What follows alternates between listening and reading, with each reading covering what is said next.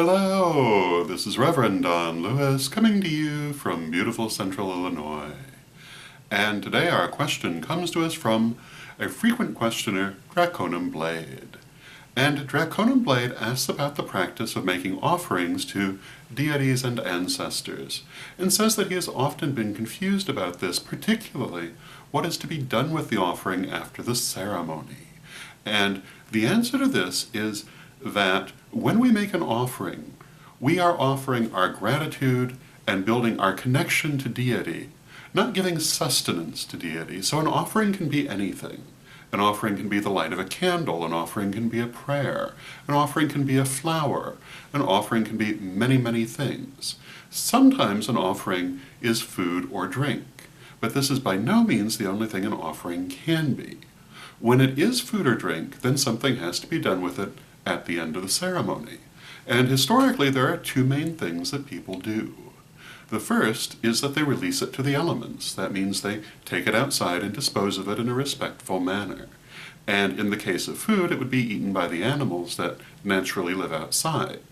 And this is probably the more common thing that people do in Western paganism today. And when this kind of offering is made that's going to be disposed of in this way, it's usually a small token amount, very little, and easily disposed of.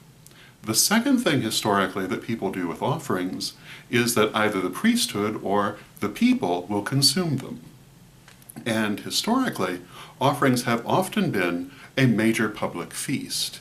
In many ancient religions, very lavish offerings would be made, and when the ceremony had ended, they would be consumed either by the priesthood as part of, for want of a better way to put it, their pay packet, or by the people celebrating as a public feast. And in this case, the offerings were very large, and many traditional pagan religions still practice this today, and it often is very important in the local community's diet.